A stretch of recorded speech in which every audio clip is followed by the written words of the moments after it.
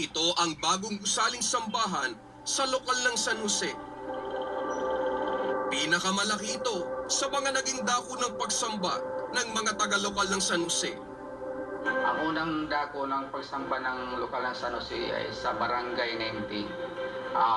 Semi-concrete po ang kalagayan noon na dinonate po ng kapatid na Jose Lago Senior.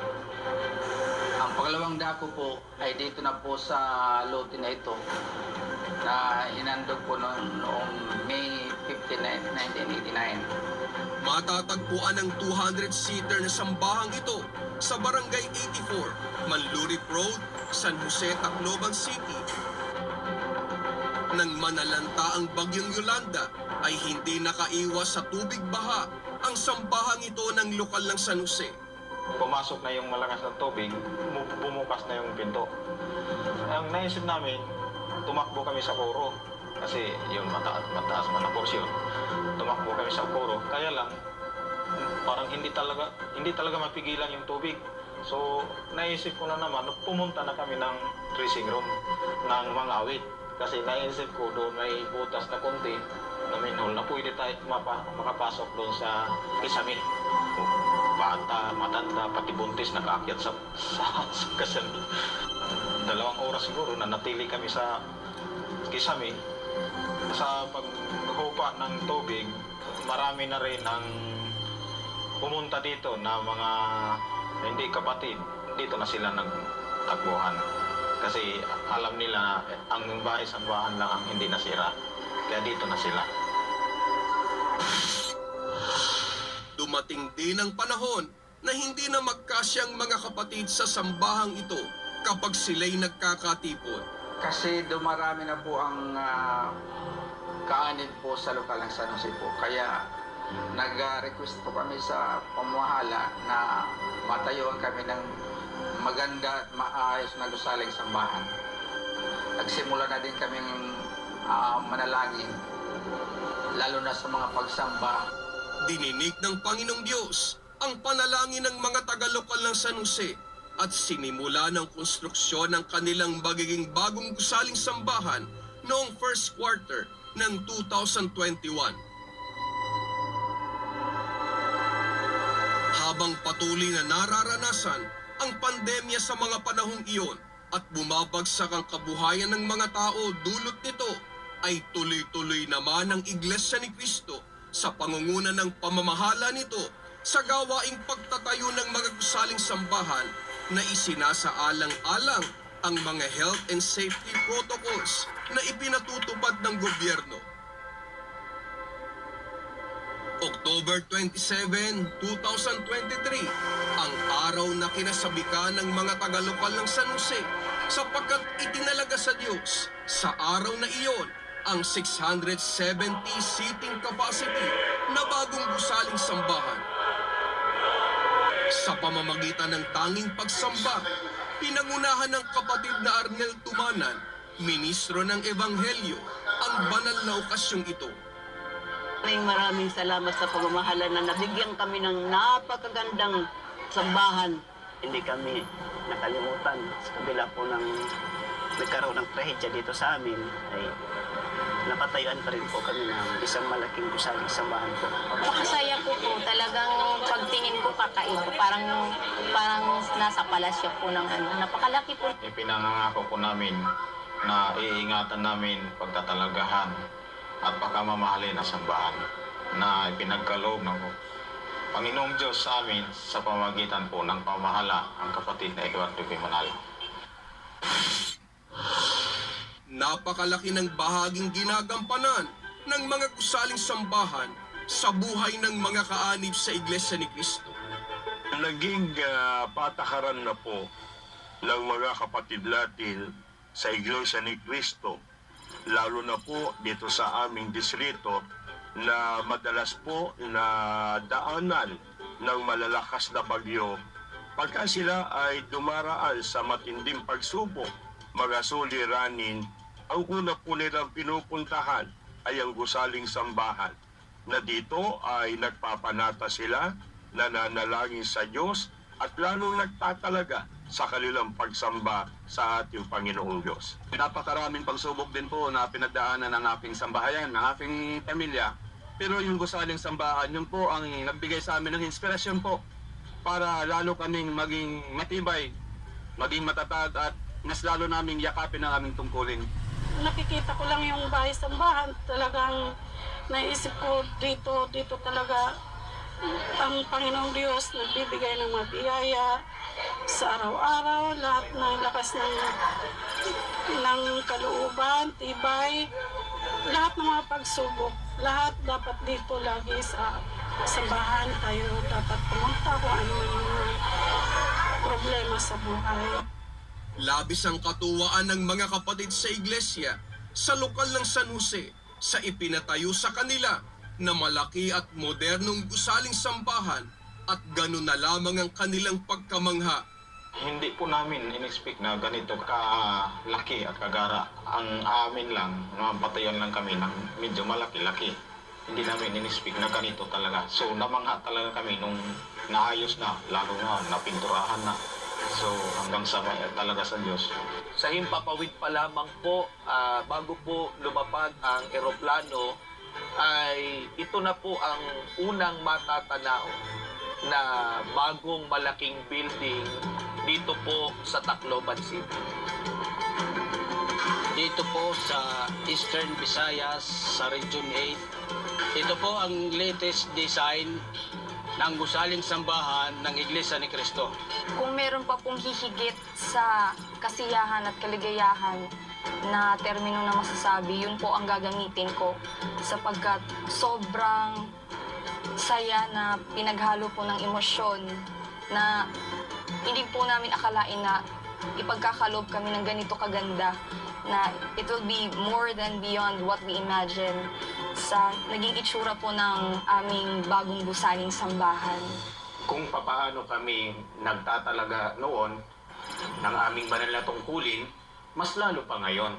Binigyan kami ng malaki, maayos na gusaling sambahan. Napaka-elegante po sa loob. Kung makikita mo kung ano ang ganda sa labas, mas napaka-elegante po sa loob. Bilang mga residente sa Tacloban City, nakita ng ilang mga engineer nating kababayan ang bagong landmark na ito sa dako ng San Jose. This is my first time to enter Iglesia ni Cristo na church. And talagang ako ay mamangha, no?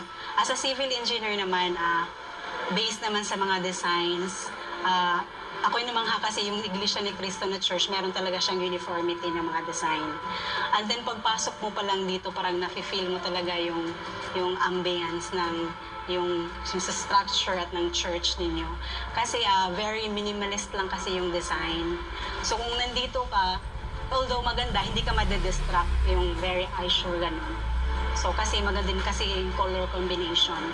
Yung tone kasi ng color is parang pag nandito ka sa church is parang very solemn. Parang hindi ka na-distract. So pag nandito ka sa loob ng church, yung feeling is very light, very solemn. Exterior naman, nakikita mo talaga yung magandang finish sa building tayo na structure. Maganda talaga yung pagka-finish sa mga walls, sa mga edges. Pagpasok mo naman, makikita mo yung mga interior design niya.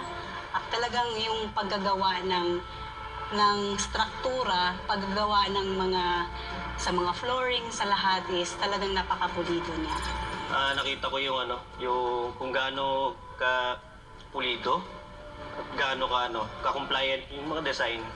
Kasi sa design, hindi lang naman isa yung tinitignan namin yung mga compliance niya sa electrical, sa structural, talagang sa part ng engineering compliance ay sigurado ako na compliant. Lalo na ito sa PWD, hindi nalimutan talagang maka-access yung mga PWD. Hindi sila mahirapan. Talagang yun yung natin sa mga tao makapasok.